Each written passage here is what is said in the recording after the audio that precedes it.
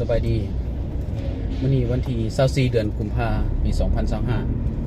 2025มื้อนี้เราจะมาพาเพื่อนๆไปเที่ยวชมหรือว่าไปรีวิวบึงท่าดวงซึ่งเป็นเขตพัฒนาบึงท่าดวงไปเบิ่งว่าปัจจุบันเขามีการก่อสร้างหรือมีการพัฒนาแนวใดแล้วนะซึ่งว่าเขตนี้จะเป็นเขตสัมปทานของสป.จีนโอเคเดี๋ยวเอาไปเบิ่งกันนี่เนาะที่เขาเขียนเป็นเศรษฐกิจนะเขตเศรษฐกิจพิเศษบึงท่าดวงซึ่งมันมีป้ายเยอะกำเลยเนาะอันนี้คือเส้นทางเข้าบึงท่าดวง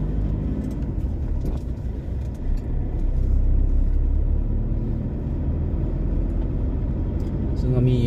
ตึกอาคารใหญ่หลายสั้นเนาะหลายหลังหลายสั้น เส้นทางเข้ามานี่เป็นเส้นทาง6 เลนนะกันนับ2เบื้อง6 เลนเป็นเส้นทาง6 เลนก็จะเห็นกำลังมีก่อสร้างตึกอาคารหลายสั้นอีกหลายหลังนะเห็นอีก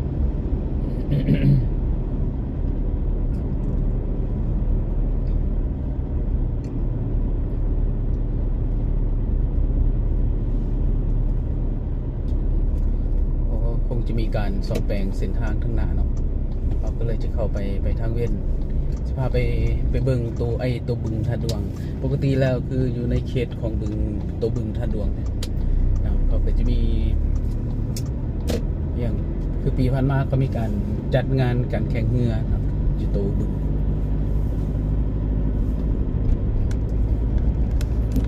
อันนี้เส้นทางที่เขาไปหาอ่างน้ำบอลที่เป็นบึงทางตัวนี้จะเป็นทาง4 เลนคือทางใหญ่จะเป็นเส้นทาง6 เลน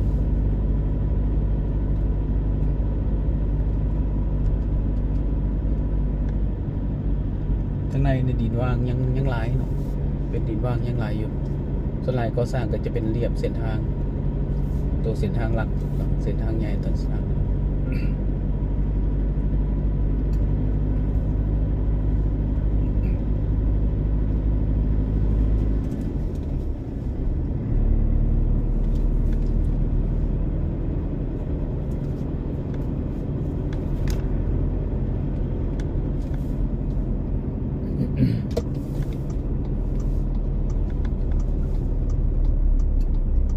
สิเข้าไปหาตัวบึงเนาะ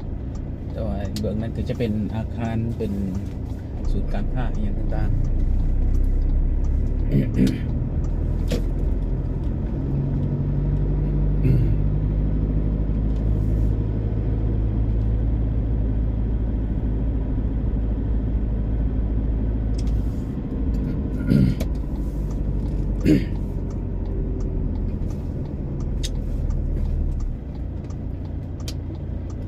ไอ้นี่คือเขตบึงท่าดวงตูสะน้ำแล้วเขาสิขี่รถอ้อมสาน้ำหรือสาน้ำอยู่ทางกำกับความมือของข้าพเจ้า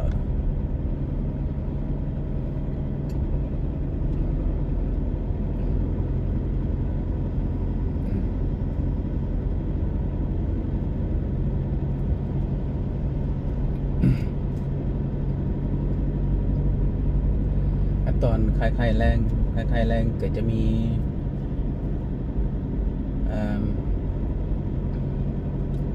ส่วนมีคนเขาจะมาดินหลายเนาะโดยเฉพาะคือมาย่างออกกำลังกายเรียบ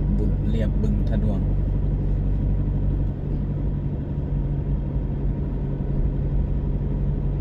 ในเส้นทางงาม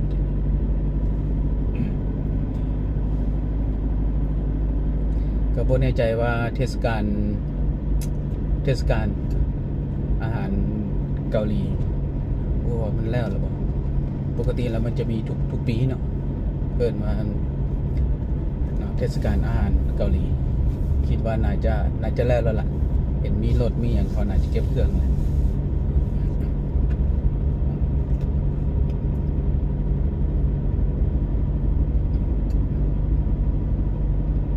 นี่ก็ยังมีสวนสนุกสวนน้ำพร้อมเนาะไออยู่ทางหน้าของเขานี่คือจะเป็นสวนน้ำเป็นสวนสนุกเป็นสวนน้ำเดี๋ยววิธีจอดรถในนี้หน่อยหนึงก่อน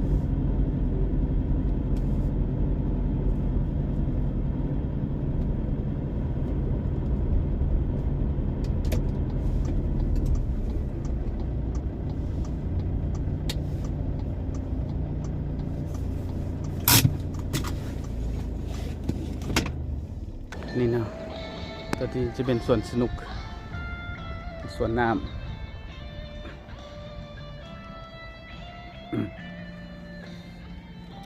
อันนี้คือตัวบึงท่าดวง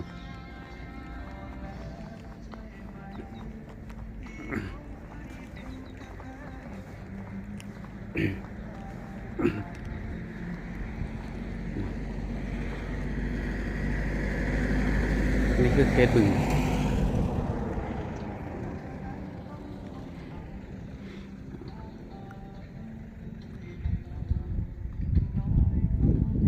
คือแต่ละปีก็จะมีเขาจะจัดบุญสงเฮือนะบุญสงเฮือบุญท่าดวงแต่ว่าปีนี้นี่คือบ่ค่อยจะได้ยินข่าวบ่แน่ใจว่าเขาจัดไปแล้วหรือบ่เนาะซึ่งเป็นมีทางอ้อมของสระน้ำอ้อมบึงเลยเนาะที่เราเห็นอาคารอยู่เบื้องนั้นจะเป็นอาคารที่ว่าสร้างขึ้นใหม่นะจะเป็นโรงแรมระดับโรงแรมเนาะส่วนใหญ่เป็นโรงแรมเป็นภัตตาคารอาหารเนาะอ้อมบึงนี่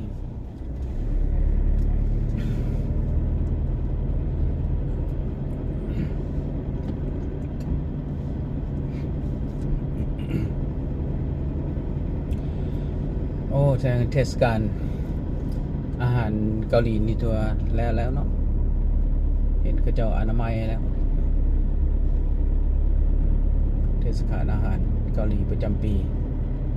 ถึงว่าสำเร็จเสร็จสิ้นเรียบร้อยกำลังเก็บเมียนกัน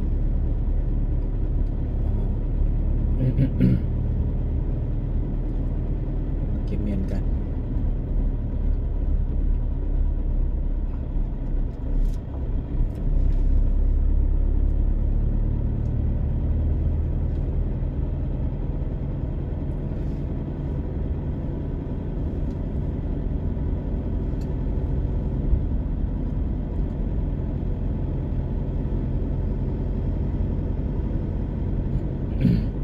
ก็ยังพัฒนาบ่หลายเนาะยังเป็นดินว่างหลายอยู่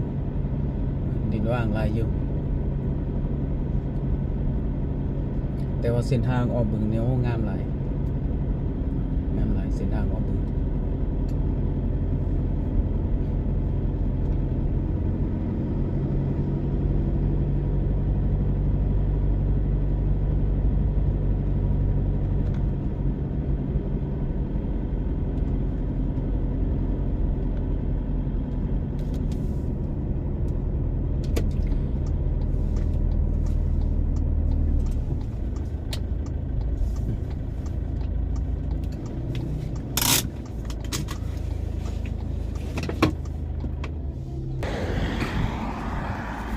อาการมื้อนี้ก็อาการดีเนาะเป็นบดคือจังฝนสิตกนะเป็นบดจังฝนสิตกอันนั้นจะเป็นภัตตาคารโรงแรมนะอาหารต่าง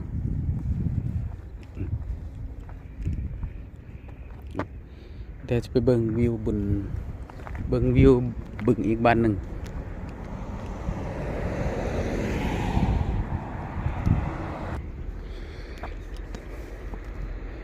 อันนี้คือหน้าบึงท่าดวง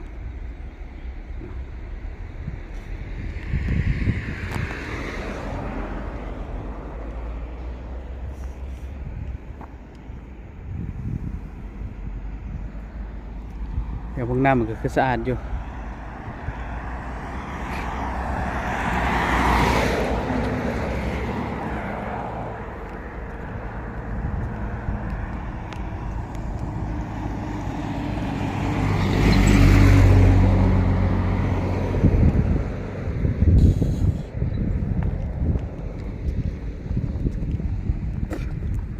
พ ราะรถแลนมาเบื้องนี้หลายเพราะว่าเส้นทางใหญ่เส้นทางลักก็เจ้ากำลังซ่อมเนาะเพราะเห็นทางมันมีบวมหลาย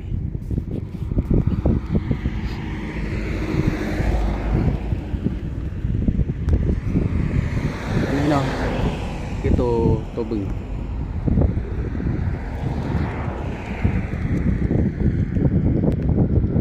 บรรยากาศกำลังดีเลยบรรยากาศดีหลายมื้อนี้อากาศบ่ร้อนมีลมพัดจ่อย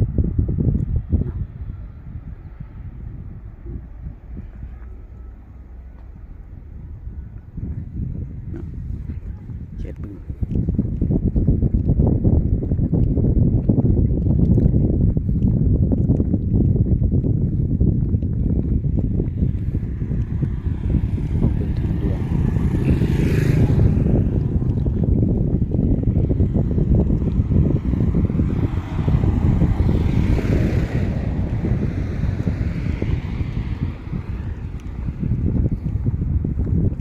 เส้นทางยางนี่ก็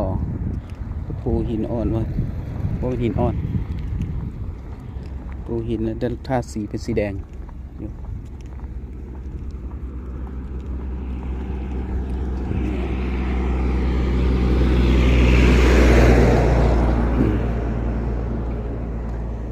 โอเค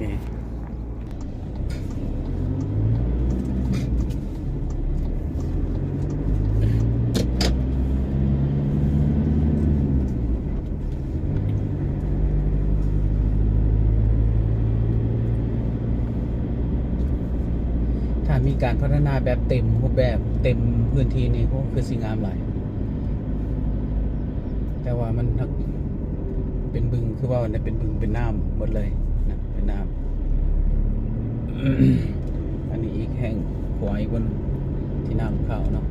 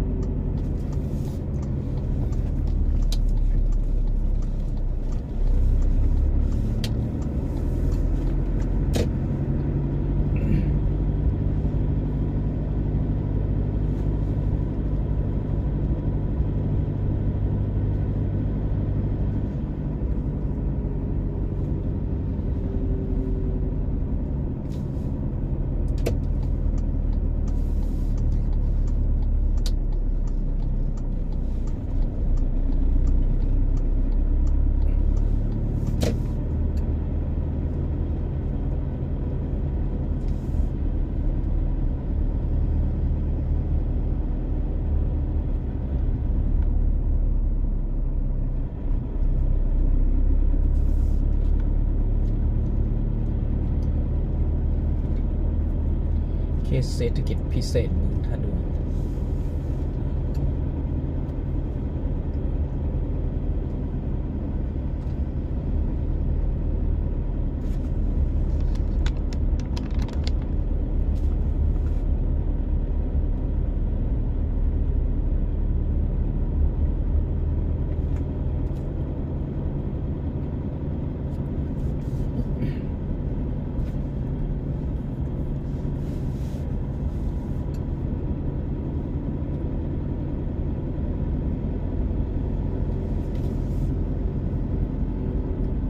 มีอาคารใหญ่สูงหลายชั้น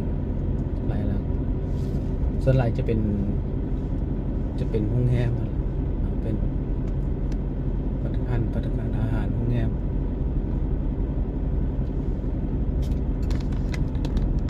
อยู่ทางในนี่ก็ฟังหลายๆได้เนาะอยู่ทางในแต่ตึกข้างหน้านี่น่าจะแล้วนะเนาะ